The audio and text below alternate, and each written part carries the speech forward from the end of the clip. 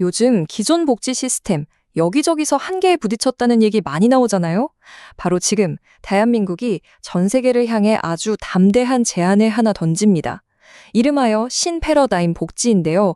이 새로운 비전이 도대체 무엇이고 또 현재 시스템을 어떻게 바꾸려는 건지 지금부터 한번 제대로 파헤쳐보겠습니다. 자, 그럼 이 얘기를 시작하기 전에 우리 한번 근본적인 질문부터 던져보죠. 왜 전 세계적으로 단순히 돈이나 물자를 나눠주는 전통적인 방식의 복지가 더 이상 먹히지 않는 걸까요?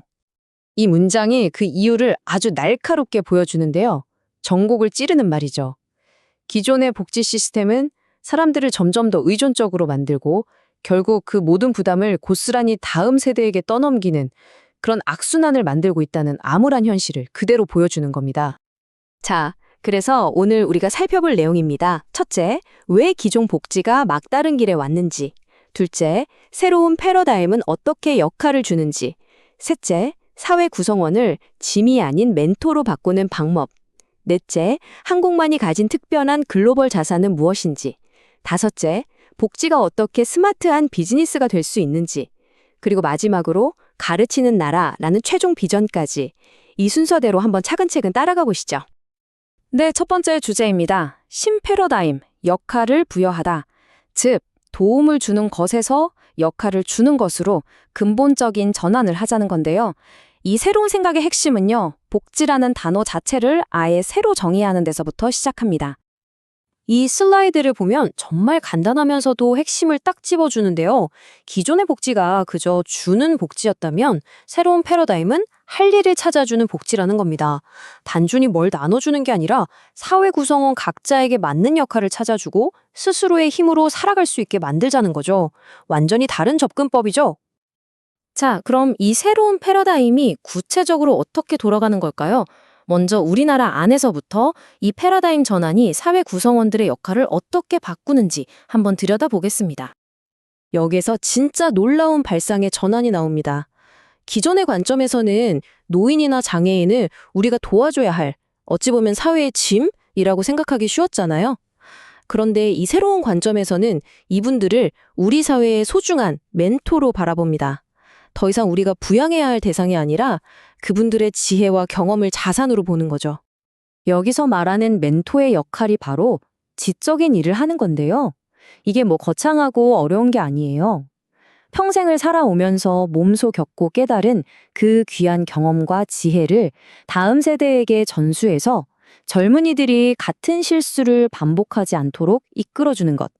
이게 얼마나 가치 있는 일이겠어요? 이건 정말 관점의 차이를 극명하게 보여주는 부분인데요. 기존 방식대로라면 재정 지원은 그냥 불쌍해서 주는 자선이었겠죠. 하지만 새로운 패러다임에서는 이 지원을 교육비라고 부릅니다. 우리가 그분들의 인생 경험이라는 귀한 수업을 듣고 지불하는 수업료라는 개념이에요. 존엄성을 지켜주면서 역할까지 부여하는 거죠. 완전히 개념이 달라지죠? 자, 근데 이 대단한 비전이 여기서 끝나지 않습니다. 국내를 넘어서 이제 전 세계로 뻗어나가는데요. 이 계획의 중심에 오직 대한민국만이 가지고 있다는 아주 특별한 비밀병기가 있다고 해요. 세계 빈곤 문제를 해결할 수 있는 비장의 무기라고까지 하는데요. 아니, 전 세계를 도울 수 있는 대한민국만 가진 유일무이한 도구라니 대체 그게 뭘까요? 여러분 한번 맞춰보시겠어요? 자, 정답을 보면 아마 하시는 분들 많을 거예요. 우리가 흔히 생각하는 그 3D 프린팅? 아닙니다. 여기서 말하는 3D는 바로 힘들고 더럽고 위험한 덴저러스 산업, 이른바 뿌리 산업의 기초 제조 기술을 말하는 겁니다. 우리가 흔히 기피하는 바로 그 기술들이죠. 아니, 근데 왜 이게 한국에만 있다는 걸까요? 다른 선진국들은 이런 힘들고 더러운 기술들을 이미 다 버렸거나 잊어버렸죠.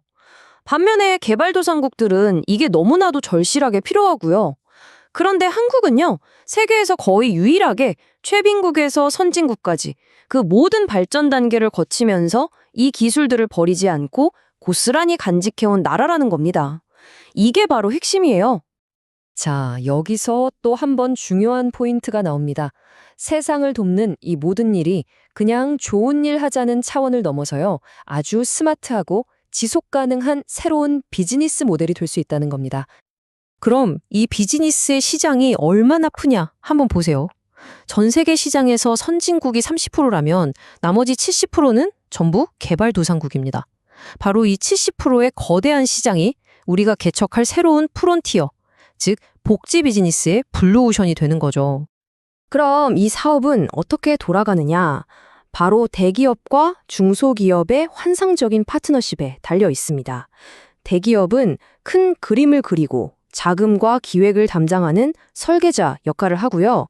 실제 핵심 기술, 그 3D 기술을 가진 우리 중소기업들이 현장에서 기술을 전수하는 기술 보유자 역할을 맡는 거죠.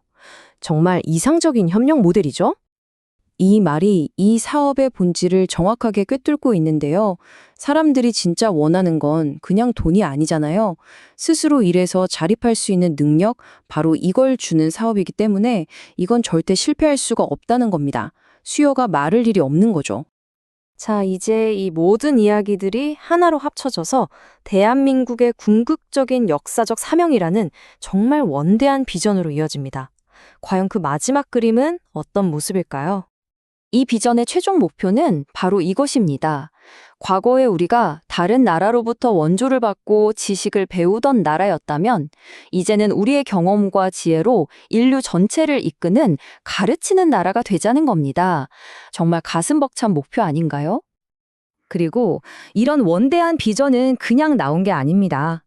그 뿌리에는 바로 홍익인간이라는 우리의 건국 이념이 자리하고 있죠. 널리 인간 세상을 이롭게 한다. 바로 이 정신이 이 모든 계획을 관통하는 핵심 철학인 겁니다. 자, 그럼 가르치는 나라가 되기 위한 구체적인 로드맵을 한번 볼까요?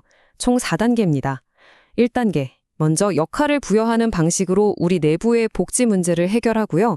2단계, 우리의 강점인 3D 기술을 개발도상국에 수출합니다.